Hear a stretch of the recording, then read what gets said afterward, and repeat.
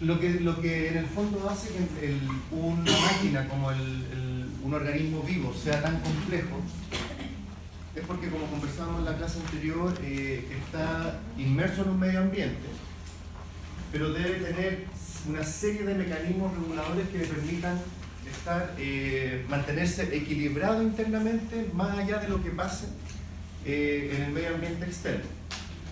Y eso requiere una, entre comillas, supervisión constante de cuáles son los estímulos que recibe este organismo, porque el medio ambiente externo va variando, va cambiando. Como hablamos la semana pasada, ya la temperatura ambiente es un factor que cambia a través del día y por lo tanto el organismo debe ir adaptándose minuto a minuto a, por ejemplo, ese cambio ambiental.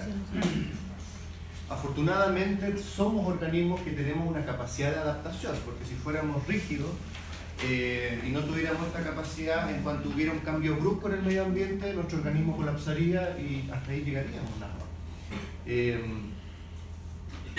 Y todos esos mecanismos adaptativos son los que nosotros tenemos que conocer, aprender y aprender a reconocer qué señales envían cuando empiezan a fallar. Para bien o para mal, estos sistemas no dan señales inmediatamente cuando empiezan a fallar porque tienen este mecanismo de adaptación. Siempre se da el ejemplo de que órganos como el hígado o los riñones recién manifiestan signología clínica o síntomas de falla cuando ya el avance está el daño está bastante avanzado. Lo cual en términos de adaptación es muy positivo porque significa que son órganos que pueden adaptarse o en el fondo compensar las alteraciones que vayan ocurriendo dentro del mismo organismo hasta que llegan a cierto nivel en que ya el daño empieza a hacerse ya poco tolerable y empiezan a aparecer la sintomatología. Pero en términos médicos, en términos de la pega que nos corresponde a nosotros, es complicado porque recién nos damos cuenta cuando ya el daño muchas veces no tiene mucha vuelta y solo podemos preocuparnos de que el daño no avance. Ahí es donde aparece la importancia entonces de los exámenes complementarios. En medicina veterinaria, y en los humanos también, pues hasta cierto punto, la medicina preventiva no es algo que sea la regla dentro de la práctica profesional, sino que es más la medicina curativa. O sea, cuando el paciente o el animal está enfermo, recién lo llevan al veterinario. Eso de llevarlo a controlar cada 6 meses, una vez al año, por suerte las vacunas, ¿cierto? No es algo que se haga con frecuencia y tal vez hasta cierto punto va a haber responsabilidad nuestra como profesional de educar a nuestros clientes de que no traigan solo a su mascota o en el caso de otras especies, solo cuando vean que algo anda mal. Y digo que hasta cierto punto en medicina humana ocurre porque somos malos para ir al médico también. ¿Sí? O sea, incluso cuando nos sentimos mal no vamos. Cuando ya nos sentimos muy mal, ahí recién vamos y hasta el tratamiento que nos dan como que tampoco lo hacemos porque somos así medio raros, digamos. En la antigua China, por ejemplo, el médico del emperador, eso sí que era pega, pues el médico, probablemente había muchos médicos, ¿no? Un grupo de médicos del emperador, a él se le pagaba mientras el emperador estaba sano, porque en realidad ¿cuál debería ser la pega de un médico? Procurar de que el individuo no se enferme. Esa es pega. Porque si el emperador se llegaba a enfermar, ¿sabes lo que le pasaba a los médicos? Claro, les cortaban la cabeza y pasa el siguiente grupo de médicos. Y en realidad eso es como algo extremo. Debería ser nuestra pega, pues, velar por la salud, no preocuparnos de las enfermedades, porque al final, y me lo dijo un alumno, colega a esta altura, me comentaba que en realidad dentro de las carreras de la salud, o enfoquémonos en medicina veterinaria, nos van a hablar mucho de las enfermedades, de los síntomas, de cómo se curan, cómo hacer buenos diagnósticos, pero poco se nos va a hablar de cómo evitar que los animales se enfermen. Eso ya es una cosa que nace de cada uno. Ahora, tal vez es poco rentable que los animales no se enfermen, ¿cierto? No sé. Pero, profe, un propietario con el que yo hablamos de los propietarios igual cada día están más preocupados, no sé si la palabra, cada día los animales ya están más humanizados y la gente se preocupa.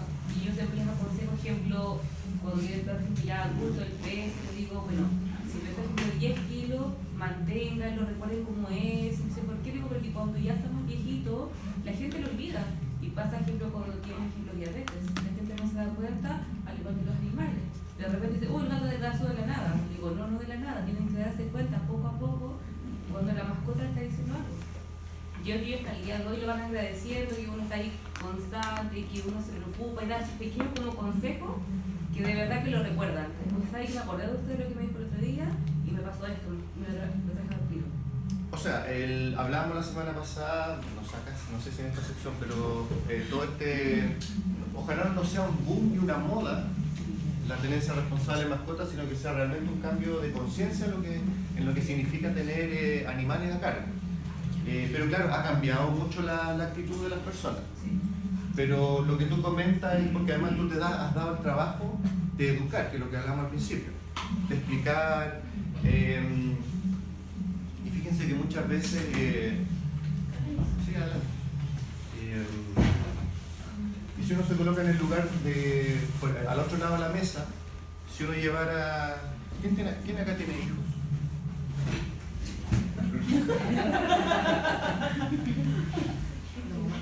Pongámonos en el lugar que llevamos a nuestro hijo a un pediatra. ¿Qué haría que nosotros volviéramos a ese pediatra y dijéramos que en realidad me gustó? Así que voy a volver y me voy a seguir atendiendo con él. Voy a llevar a mi hijo un poco que te explique las cosas, que se preocupe por prevenir, ¿cierto? Que se dé el tiempo de hablar. En veterinaria pasa lo mismo. En los años que trabajaba en clínica yo me daba cuenta que siempre uno trabaja con otros veterinarios. Ahora sobre todo que hay más... Y algunos eran secos, clavaban los diagnósticos, pero el trato con la gente era súper así como... tosco. Frío, digamos. Pues no era un Dr. House veterinario, pero era poco como empático. Tocaba a la mascota solo cuando había que examinarla y no eso del cariño en cuanto entra, de llamarle por el nombre, que son cosas que finalmente son parte de la imagen que queda de ustedes como profesional. Oye, en realidad es que mejoró mi perrito, mi gato, súper bien, y además es súper simpático y me gusta llevarlo porque siento que quiere a mi mascota. Y esas son herramientas que si uno siente que no las tiene todavía, porque en realidad yo les contaba, como director de carrera me tocaba el primer año recibir a los alumnos y preguntarles, hacerles cuál es la típica pregunta el primer año. ¿Por qué estás estudiando veterinaria? Claro, ¿Por qué llegaron a esta carrera? ¿Por qué quieres estudiar veterinaria? Y la respuesta típica es porque me gustan los animales. Bien, el libreto está aprendido. Ahora yo decía, pues tú puedes estudiar Derecho y te pueden gustar los animales igual, y puedes cuidarlos y todo. Porque claro, el que piensa que estudia veterinaria para no toparse nunca con la gente y solo estar con animales se equivocó de entrada. Porque necesitamos, porque ellos son los que nos dan la información, ellos son los que están a cargo, por lo tanto tiene que haber una muy buena relación con ellos. Cuando lleguen a los ramos de semiología, que es el examen de los pacientes, lo primero que les van a decir seguramente lo saben, cuando uno interroga y hace una historia clínica, ¿cómo se llama eso? La anamnesis. Entonces lo primero que dicen los profes, pero cuidado que los dueños mienten harto. Ay, cuidado, porque ellos tratan de esconder de que en realidad el gatito no adelgazó ayer nomás, pues lleva un mes flaco o lleva un mes con el tumor de este porte y no, recién le salió ayer.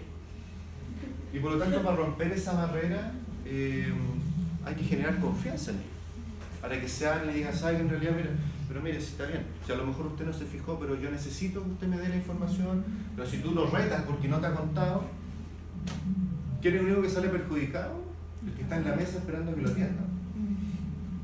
Entonces esa empatía, esa como dicen, eso de ser un poco psicólogo, porque mucha gente te va a contar sus dramas junto con la consulta, ¿cierto? Eso hay que saber manejarlo, no puede estar una hora escuchándole los problemas a la señora. pero tampoco podéis ser tan... Y eso es lo que desgasta mucho a los veterinarios, ¿no? Sí. Al final dicen, no, o sea, que me encantan los animales, pero la gente, el problema es la gente. Porque es lo mismo. Pero hay que saber transar un poco eso porque los necesitamos lo que ellos nos digan, su información y para que un poco apliquen lo que tú le quieras enseñar. Porque insisto, nuestro rol no es solamente con el que está en la mesa, sino que porque la persona es la que está 24 horas al día con nuestros pacientes. Si no generamos en ellos una actitud de prevención, cuando suben de peso, por ejemplo, porque yo le doy las horas de la comida, explicarles las consecuencias, y en general no es mala voluntad, lo que pasa es que en el buen sentido es ignorancia. Y está como mal vista la palabra ignorancia. Yo creo que la ignorancia es fundamental para que nosotros crezcamos. Porque el que no se sienta ignorante, ¿por qué va a pensar que tiene que seguir aprendiendo, cierto? Pero no hay que usar esa palabra con la gente con la que uno va a tratar, digamos. Como dicen ahí, la verdadera sabiduría de alguien es reconocer su ignorancia. Ignorancia en términos de conocimiento y también en términos de relaciones humanas. No a todos no es fácil hablar con otras personas, ¿cierto? Pero vamos a tener que hacerlo y hablar en público y yo digo hablar en público no porque vayan a dar charlas magistrales, sino que de repente llega toda la familia con el perrito, el gato, y hay que hablarle a todos y hay que sentir bien a todos. Si vienen con los niños que son de repente medio... Uno no puede desesperarse porque el niño le está tomando la jeringa y los frascos. O sea, toda una mezcla de cosas que al final el único, si uno no lo maneja bien, el único que sale perjudicado es el paciente. Nuestro paciente. Para eso están los alumnos. ¿Perdón? No, que para eso están los alumnos en práctica. Igual, qué bueno que lo mencione porque la gran mayoría creo que ya hicimos nuestra práctica básica el semestre pasado. ¿Ya? Y una de las cosas que conversábamos con los mismos doctores, que por lo menos en la clínica que yo estuve y otros compañeros más, se preocuparon de ir un poquito más allá con nosotras y citaron a colegas de etología, de oncología, y nos hicieron unas charlas micro de 40, 50 minutos que sirvieron un montón. Pero a la conclusión que siempre llegábamos cuando empezábamos a comadrear fuera de eso es que la universidad no tiene ninguna chance, no sé qué carrera tendrá, de enseñar habilidades blandas. Entonces eso pasa mucho con los médicos, justamente la falta de empatía, pero eso ya es un cultivo que nosotros tenemos que buscar la forma de tenerlo, porque en verdad acá no va a estar, acá va a estar mucho de teórico y aplicación. Sí, es una cosa de personal y que cada uno, y ojo que porque el conocimiento está en todos lados, ¿eh? Yo lo que yo les voy a hablar este semestre, ustedes pueden hacer un par de clics y buscar las páginas de WordPress y ahí va a estar la información. Yo no he descubierto nada, yo estoy transmitiendo nada más. Pero lo que a usted les va a dar el sello como profesional, la doctora tanto y el doctor tanto, sí, sabéis que él, habilidad, no solamente solucionar el problema, sino que irse agradado, yo creo que lo más importante es generar confianza. ¿Ya? Lo peor que uno le puede pasar y al menos personalmente me está pasando mucho con los médicos humanos, que uno va al médico y como uno ya entiende todos estos temas, tú te das cuenta cuando te está, no puenteando, pero No está haciendo bien la pega, eso. no sé cómo juzgarlo, porque es complicado juzgar eso, pero tú te das cuenta que le debe decir lo mismo a un montón de pacientes. Como que y de hecho me pasa que, pero doctor, le dicen, esto hay que hacer, por los protocolos, porque al final la opinión personal de los médicos, sobre todo en centros médicos y todo esto, el criterio personal como que no importa, porque tiene que seguir el protocolo del centro médico, porque si no arriesga demanda y para el centro médico es complicado. Entonces tú tratas de tener la opinión de ellos, pero ¿qué opinas de lo que...? Es que lo que hay que hacer es esto. Entonces ya el tema ya no se vuelve personal, que era lo que pasaba antiguamente con los doctores de cabecera, que le llamaban. O sea, cada casa tenía su doctor. En los veterinarios yo creo que eso todavía no se pierde, porque al final la mascota es un hijo más. Mira, en algunos casos es más que un hijo, entonces ahí hay que tener ojo. Entonces uno pierde la confianza en el médico. Porque tú te das cuenta que te dice cosas que uno trata, y uno al final por no entrar en lío no le pregunta, porque Igual lo que nos pasa a nosotros, lo que a uno más le carga es que llegue un dueño de mascota y le diga, yo soy médico, por si acaso. O llegan opinando de antes, así como que, y te discuten los diagnósticos. En eso también hay mucho ojo y harto criterio en el fondo de reconocer primero si es un tema de ego personal o porque realmente se preocupa de su mascota. Y entrar a conversar entonces de par a par. Pero pasa mucho, sobre todo cuando son profesionales de la salud y médicos, bueno, los médicos, los diostores, ¿cierto? Lo clásico. Por eso al final, ¿cuáles son las únicas herramientas que uno va a tener en ese momento en la consulta? Conocimiento y estas habilidades blandas de escuchar la opinión, por muy desagradable que puedan ser, pero uno teniendo claro cuál es su respuesta, y a lo mejor le encuentra razón y se sabe que usted tiene toda la razón. Excepto esto, porque en animales, y tan amigos como siempre, porque al final, insisto, y con esto ya entramos a la diapo, el único que la termina perdiendo es el que está en la mesa. Ya.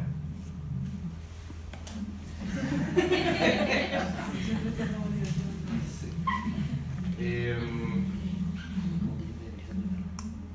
Somos sistemas, perdón.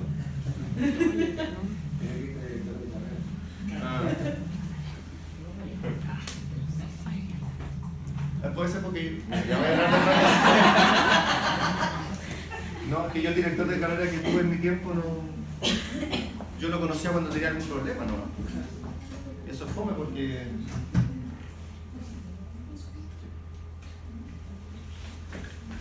¿Lo voy a colocar por acá? ¿O está grabando, no? No, ¿Está en Instagram? no, Sí, está en Instagram. no es una foto. Pero no me pantalla. expliques si está bien. Está bien. Pero si está bloqueado. Sí, está bien. Bueno, el hecho de que seamos sistemas abiertos, entonces, hace que entender los mecanismos de un organismo sean complejos, porque no solamente hay que entender cómo funciona, sino que cuáles son las variables que puede ir presentando frente a los estímulos externos. Ahora, la pregunta, ¿no? Como seres vivos, no sé si lo pregunté ya, es que tengo 6 secciones de piso, entonces me pierdo. ¿Un individuo o un organismo puede vivir aislado de su medio ambiente? ¿Lo pregunté? No, acá no. ¿Seguro? No, acá no lo pregunto. No, sí, pero ¿están seguros que no puede estar aislado del medio ambiente? Solamente la biología, sí, las bacterias pueden vivir aisladas del medio ambiente, pero ya los macroorganismos dependen. O sea, una bacteria podría vivir en el espacio, sí. Lo que nos obliga a recordar sí, ¿qué es el medio ambiente? ¿Qué es el medio ambiente?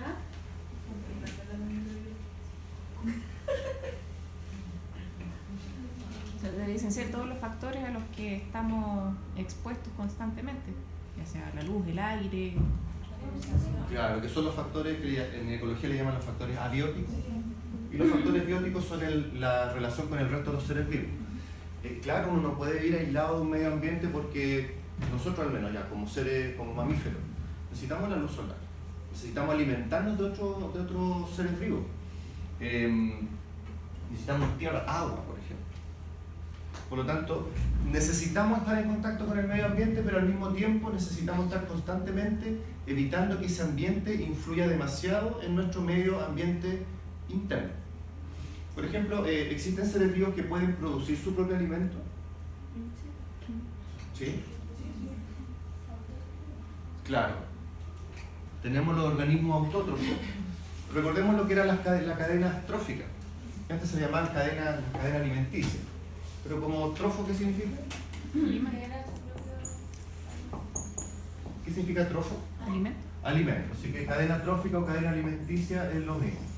Claro, autótrofo produce su propio alimento y está representado por ¿quiénes? Por las plantas. Hagamos un pequeño recordatorio entonces de lo que era una cadena trófica. Después de los autótrofos, ¿quiénes seguían en esta cadena? ¿Perdón? Los consumidores secundarios. Antes de eso. Primario. Que eran los herbívoros, ¿cierto? Que eran animales que se alimentaban de las plantas. Consumidor primario. Teníamos los... ya los autótrofos, ¿cómo se les llamaba? Ya que los que vienen después eran los consumidores primarios.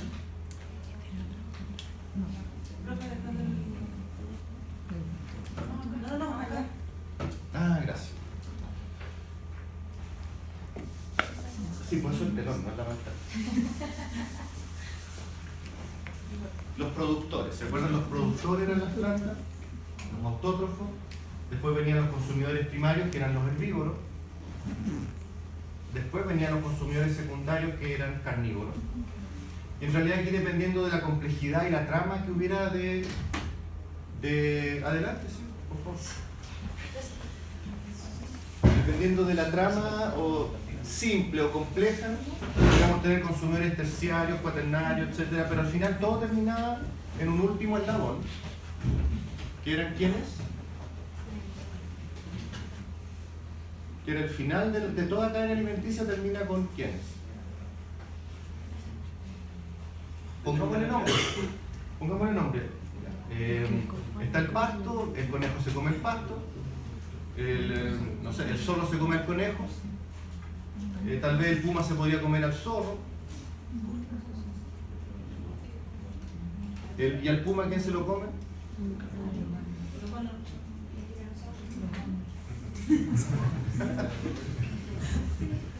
Supongamos que no tuviera depredadores. ¿El puma vive para siempre? En algún momento muere. Ya, si viene alguno, pueden venir, no sé, buitres, los jotes, qué sé yo. Se siente identificado. ¿Qué? ¿Qué jotes? Que no los jotes. Que le llamamos los carroñeros, ¿cierto? Pero el carroñero no se come toda la materia orgánica que queda de un cadáver, por ejemplo. ¿Quiénes cierran entonces la cadena? Los gusanos, ¿sí? Los descomponedores. Generalmente son microorganismos, ¿sí? Las larvas, ¿sí? ¿Y cuál es la gracia de los descomponedores? Que ellos consumen los restos de materia orgánica y los desechos los vuelven a la tierra para que los vuelvan a tomar los productores. En realidad desechos para él, pero es la materia orgánica para volver a generar, y aquí tenemos un ciclo de energía dentro del... ¿Alguien mencionó ahí al ser humano? ¿El ser humano dónde entra acá?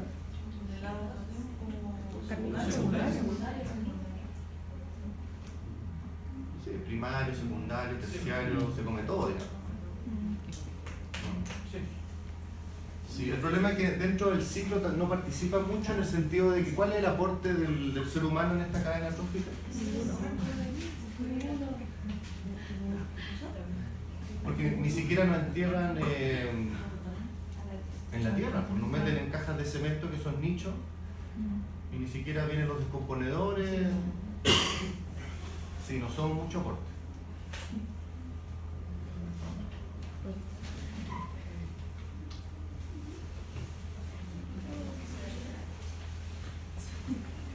Entonces, ¿cómo un ser vivo regula su funcionamiento interno de manera independiente a su entorno? Supongamos que tenemos un sistema que le vamos a llamar sistema orgánico, de organismo, y le vamos a llamar caballo. Potro, yegua, no sé, no hay diferencia de género ni nada. Pero para que este caballo y este organismo sea exitoso, requiere de ciertos sistemas, subsistemas, que funcionen en forma integral y que cada uno cumpla una función que permita a este individuo ser, digamos, exitoso en su existencia. Por ejemplo, un subsistema nutricional, un sistema de órganos que se encargue de ingerir los alimentos, de recibir los alimentos en realidad, de digerirlos, de absorberlos, ¿cierto? Convertirlos en moléculas muy simples para que a través de otro sistema circulatorio cuya función es llevar los nutrientes y los gases a las células, el individuo pueda desarrollarse, crecer, madurar. Nosotros le llamamos, en otras palabras, sistema digestivo, ¿cierto? Ahora, ¿cómo este caballo podría tener acceso a alimentos, aunque tenga un super sistema digestivo, si no puede llegar a donde está el alimento? porque no son autótrofos, necesitan llegar a la fuente de alimento. Entonces existe un subsistema locomotor formado por huesos, músculos, Visión. sí, sistema nervioso, sí, pero el sistema nervioso sí, estimula el sistema locomotor, pero no es parte de él. ¿Quién más forma el sistema locomotor? Músculo, hueso, cartílago, ligamento, tendón. ¿Sí? Ya, entonces esto le permite ir al alimento, a llegar al alimento, comer, saciarse, crecer, desarrollarse y morir. ¿Esa es la idea del caballo? ¿Ese es el fin de la existencia de un animal como el caballo? ¿Cuál es entonces? Claro, o sea, si a un caballo le preguntan cuál es el sentido de la vida para un caballo, es que su especie se perpetúe en el tiempo. ¿Sí? Por lo tanto, tiene que existir también un sistema, un subsistema que se encargue de la reproducción de este individuo, el cual obviamente para que pueda ser exitoso requiere de una buena nutrición, ¿cierto? De que el sistema tenga una adecuada circulación y difusión de los nutrientes y los gases. Pero sin un sistema reproductivo el individuo puede ser exitoso en términos de individuo, pero no de especie. Porque si no se reproduce, la especie termina extinguiéndose. Pero bueno, entonces finalmente tenemos otro subsistema. Y a esto queríamos llegar. Que se les llaman los subsistemas relacionales porque son los que integran y coordinan no solamente el funcionamiento del resto de los sistemas internos, sino que también son los que toman información del medio ambiente para adaptar el funcionamiento de estos organismos. Y en este subsistema relacional es donde aparece sistema nervioso, principalmente sistema nervioso y sistema endocrino.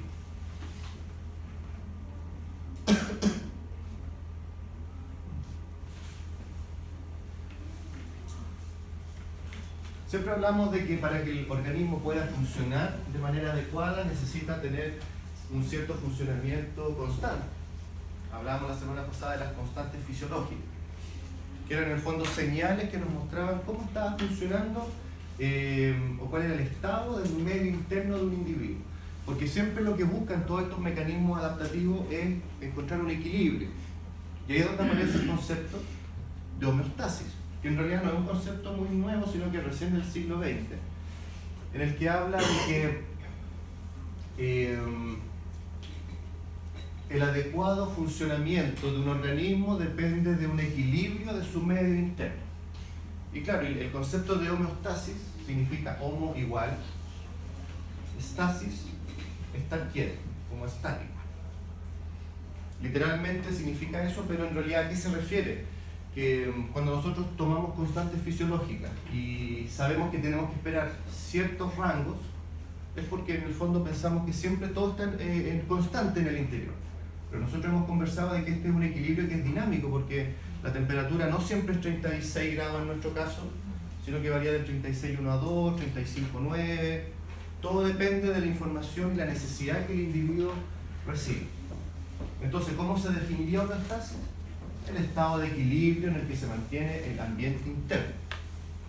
Pero agreguemos entonces, y nunca se nos olvide, que este equilibrio interno se debe a la incesante interacción entre todos los procesos reguladores del cuerpo.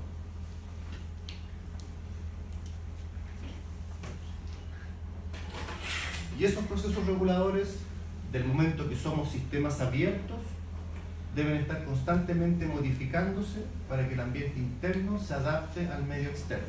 Ahora, ¿qué pasa si este equilibrio interno se rompe?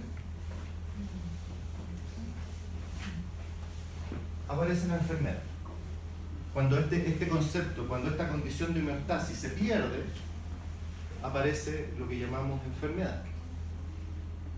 Ahora, si este equilibrio se pierde de manera importante, podemos llegar a la muerte. ¿Sí?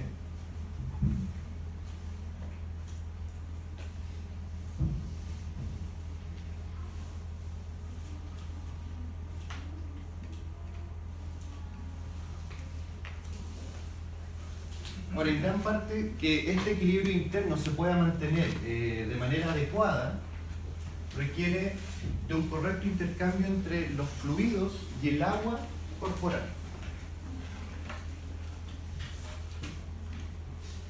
Lo conversábamos en la clase pasada, qué porcentaje de agua tiene un organismo. Y claramente no era un valor fijo de un rango, ¿cierto? 70, 65, 75, por ahí nos movíamos, 2/3. Ahora, ¿cómo esa agua está distribuida dentro del organismo? Es lo que vamos a ver en esta diapositiva. Tomando en cuenta, los individuos jóvenes tienen un porcentaje de agua mayor, no mucho mayor, pero en comparación a los adultos es mayor.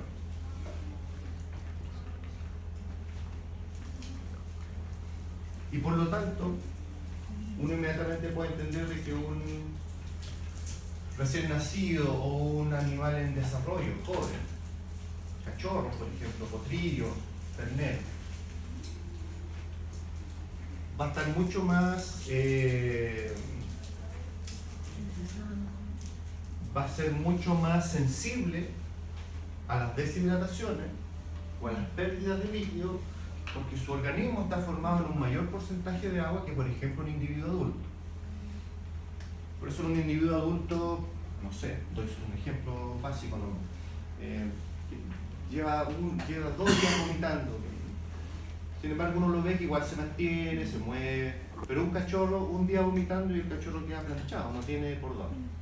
Mucho más susceptible porque está hecho de mayor cantidad de agua. Y insisto, y la homeostasis depende de un adecuado. Si depende de un adecuado intercambio entre los fluidos corporales, lo básico es tener un adecuado porcentaje de hidratación para que este intercambio ocurra. Es decir, desde el proceso más básico que podemos entender como que la sangre entregue oxígeno y nutrientes a las células, depende de que haya una adecuada presión sanguínea, y eso depende de la cantidad de agua que haya dentro de los vasos sanguíneos, por ejemplo. Y no solo entregar, sacar CO2 y desechos del metabolismo también requiere de una adecuada presión sanguínea, por lo tanto, no solamente no estoy aportando, sino que además todos los desechos metabólicos se acumulan dentro de las células. Se rompe ese equilibrio y aparece la enfermedad, la descompensación. ¿Cómo se distribuye esta agua entonces? Que le llamamos agua corporal. Líquido intracelular, un importante porcentaje. Pero cuando nosotros decimos que existe el líquido intracelular, lo que estamos diciendo es que entonces hay líquido en otras partes, aparte, fuera de la célula. O sea, nosotros no estamos hechos solo de células.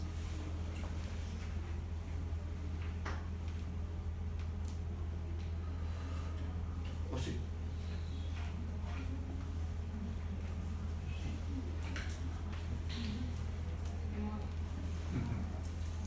O sea, claramente parece que no. Pero ¿cómo? ¿Pero de qué más estamos hechos entonces? Es como decir que una muralla está hecha de ladrillos solamente. Tiene cemento, tiene fierro, tiene... ¿Ah? Ya, y el cemento tiene sus compuestos, agua, ¿cierto? También. Porque si una muralla, por muy grande que fuera, solo estuviera hecha de ladrillo, yo la empujo y la muralla se viene abajo.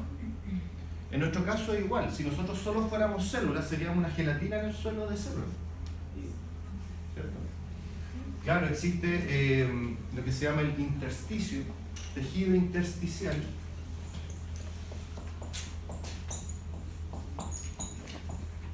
que también se le llama estroma, que es como todo el tejido de sostén, es el cemento de la muralla.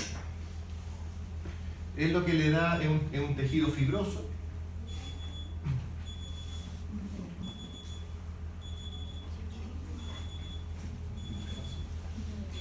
¿Tomarse la pastilla?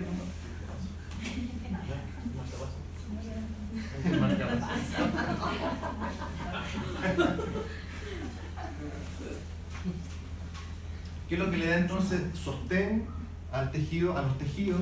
Es lo que permite que un órgano tenga una forma tan definida y no sea solamente que se aplaste en la mesa. De hecho, bueno, anatomía ya hicieron, han tocado órganos, tienen cierta rigidez e incluso hay diferentes consistencias entre los distintos órganos. Y eso está dado por mayor o menor contenido celular o mayor o menor cantidad de tejido conectivo o tejido intersticial. Y ahí se habla que hay órganos que, para los cirujanos, que se deben manipular con mucho cuidado porque se pueden son más, ¿cuál es el concepto que se coloca? Son más friables, ¿sí? Porque se deshacen con la manipulación. Y otros órganos son mucho más, sobre todo los que son tienen estructuras musculares, son mucho más firmes. Entonces, claro, tenemos un importante porcentaje de agua dentro de las células, pero tenemos otro porcentaje que es el líquido extracelular, y ahí aparecen los conceptos del LEC y el LIC. Líquido extracelular, líquido intracelular. Ahora, este líquido que está fuera de las células, ¿dónde está? Y eso nos obliga a responder, bueno, ¿qué más tenemos aparte de las células? Por ejemplo, el sistema vascular, ¿sí? Este sistema de cañerías que tenemos en todo el organismo, tiene un alto porcentaje de agua. En el caso, ¿cuánta agua posee aproximadamente la sangre?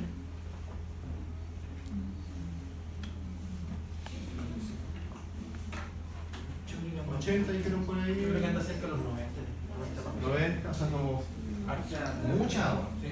Yo creo que- Porque la sangre, aparte de agua, ¿qué más tiene? Glóbulos rojos.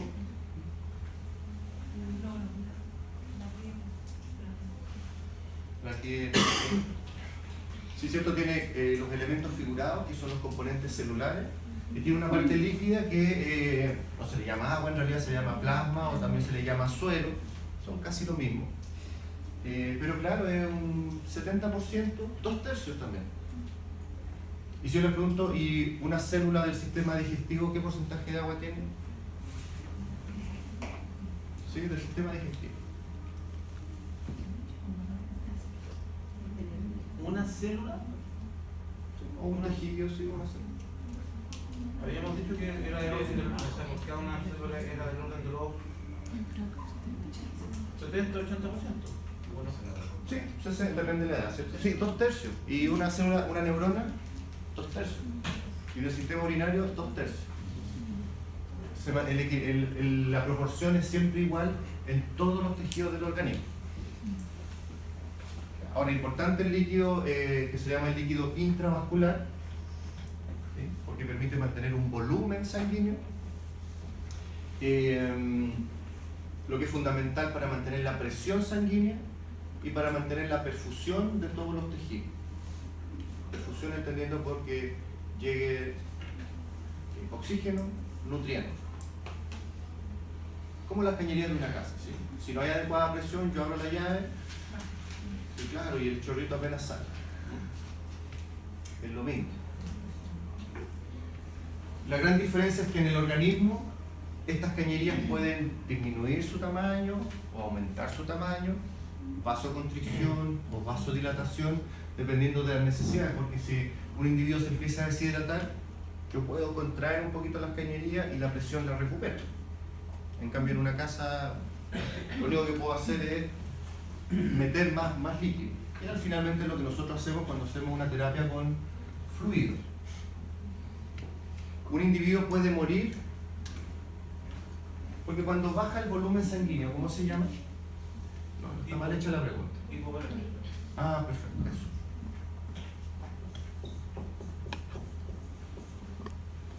¿Y por qué alguien puede morir de hipovolemia? Se entiende lo que hablábamos recién. Baja la presión sanguínea, baja el aporte de oxígeno a los tejidos, entre esos tejidos, sistema nervioso, uno de los más sensibles, y por lo tanto empieza a fallar el sistema nervioso, falla la regulación del resto de los organismos, coma, muerte. ¿Causas de hipovolemia? ¿Por qué un individuo podría perder su volumen sanguíneo? Hemorragia. Hemorragias, pérdidas de sangre, ¿cierto? Otra posibilidad. Deshidratación. Sí, deshidrataciones severas, ¿cierto? Ya que la sangre es 2/3 de agua, que baje mi volumen de agua corporal. Más que no haber oxígeno y nutrientes, el problema es que no llegan adecuadamente porque no tengo la presión para que llegue a los tejidos. Ese es el problema. Porque si un individuo tiene hipovolemia y yo le meto oxígeno y nutrientes, trato de restaurar el volumen. Y eso generalmente es con terapia por fluido. La fluidoterapia.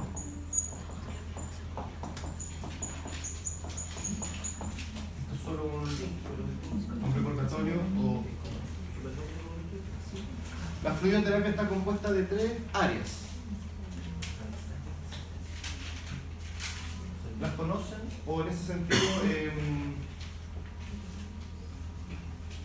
cuando se aplica una fluidoterapia, ¿qué se aplica? ¿Qué se aplica? De volumen. Ya, electrolito. Y si el volumen, ¿cómo lo logro? Con agua, ¿cierto? Esta es una parte de la fluidoterapia que es la aplicación de los cristaloides. Cuando hablamos de un suero, ejemplos de suero, por ejemplo. Ringer, ya. Cloruro de sodio, que es como el fisiológico, ¿sí? Lactato, ya.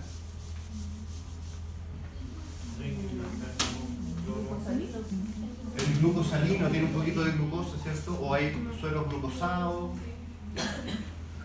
Lo que ustedes están aplicando ahí es agua y electrolito. Nada más. Por lo tanto, ese tipo de terapia busca precisamente reemplazar principalmente electrolitos. Individuos con diarreas, vómitos o pérdida de electrolitos por otras vías. Y el agua, sí. Profesor, dentro de esto, o sea, si estamos, yo sé que me estoy metiendo en otro lado, pero si voy a hacer una fluidoterapia de emergencia, por así decirlo, ¿cuál es el más adecuado frente a una hemorragia? Por ejemplo, ¿en cuál de los tipos de suelo? Ya, a eso íbamos. Porque si lo que yo busco es principalmente restaurar volumen, lo más adecuado es la aplicación de coloides. En realidad estos no son ricos en agua ni en electrolitos, sino que son ricos en proteínas y albúminas.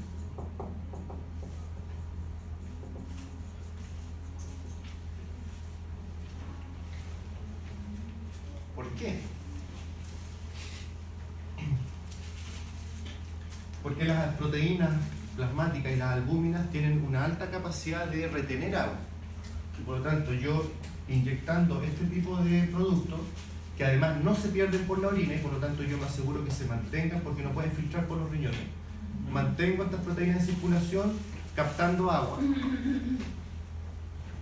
Junto con una terapia con cristaloides, esa agua que yo estoy dando, porque si ustedes solamente aplican cristaloides, lo que va a ocurrir a las horas es que el individuo va a orinar, porque va a empezar a eliminar el exceso de agua.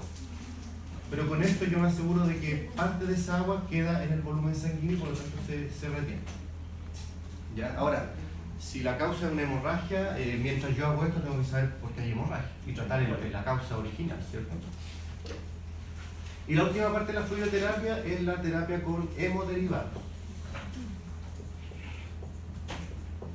Entendiéndose transfusiones sanguíneas, plasma, plaquetas o solo glóbulos rojos, todo depende de cuál sea la necesidad, factores de coagulación, etc.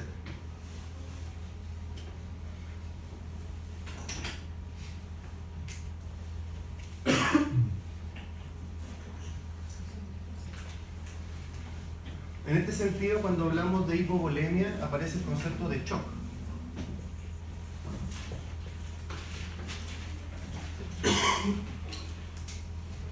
Yo sé que me desvío un poco del tema, pero ya que como ustedes también me dicen que hacen práctica y todo eso, me interesa que vayamos viendo como todos los temas que rodean a lo central que es lo nuestro.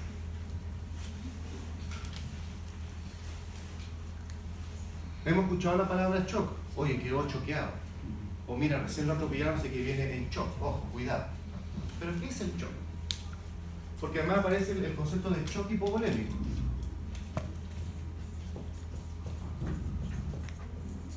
¿Qué otro tipo de shock han escuchado?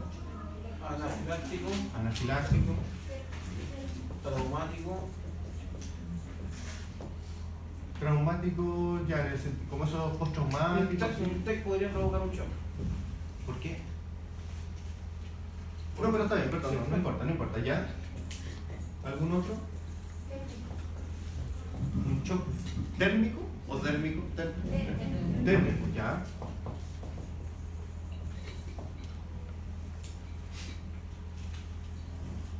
Son los más conocidos. Séptico puede ser.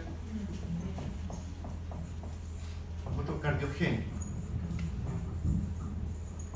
Ya, no vamos a entrar a hablar qué es lo que es cada uno, ¿de acuerdo? Pero por ejemplo, ¿por qué alguien, el shock anafiláctico es por reacciones alérgicas de hipersensibilidad? Pero ¿por qué alguien puede morir por una hipersensibilidad?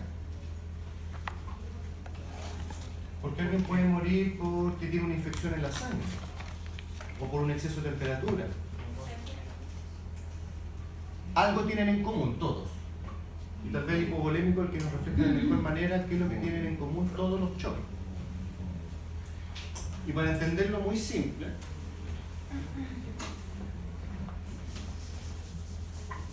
aparecen los conceptos de contenido y continente. ¿Les suena?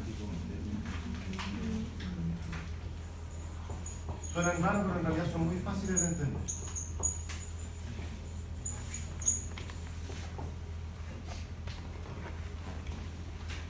Si yo les pregunto, contenido versus continente.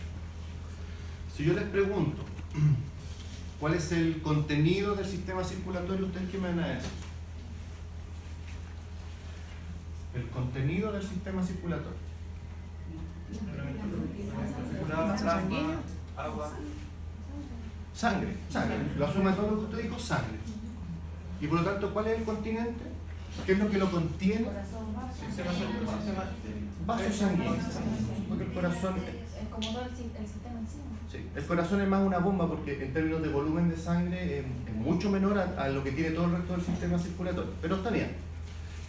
Entonces cuando hablamos de una adecuada relación contenido-continente es lo que hablábamos recién de las cañerías de la casa. Para que yo abra una llave en la casa y salga un adecuado chorro de agua, tiene que haber una adecuada presión dentro de las cañerías.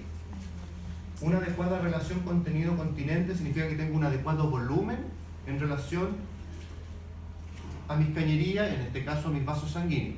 Porque ¿qué es la presión de un líquido? La fuerza que ejerce contra las paredes. Y uno lo nota mucho en un globo desinflado, un globo muy inflado.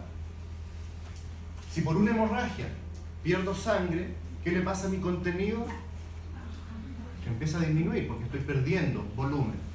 Pero mi cañería, mi continente sigue siendo el mismo. Entonces, ¿qué pasa con la presión sanguínea ahí? Se pierde, baja. La perfusión baja. El organismo puede tratar de compensar con una vasoconstricción, pero si el volumen se sigue perdiendo, no puedo, porque si no termino generando isquemia. ¿Isquemia entendemos isquemia? Falta de irrigación en un tejido.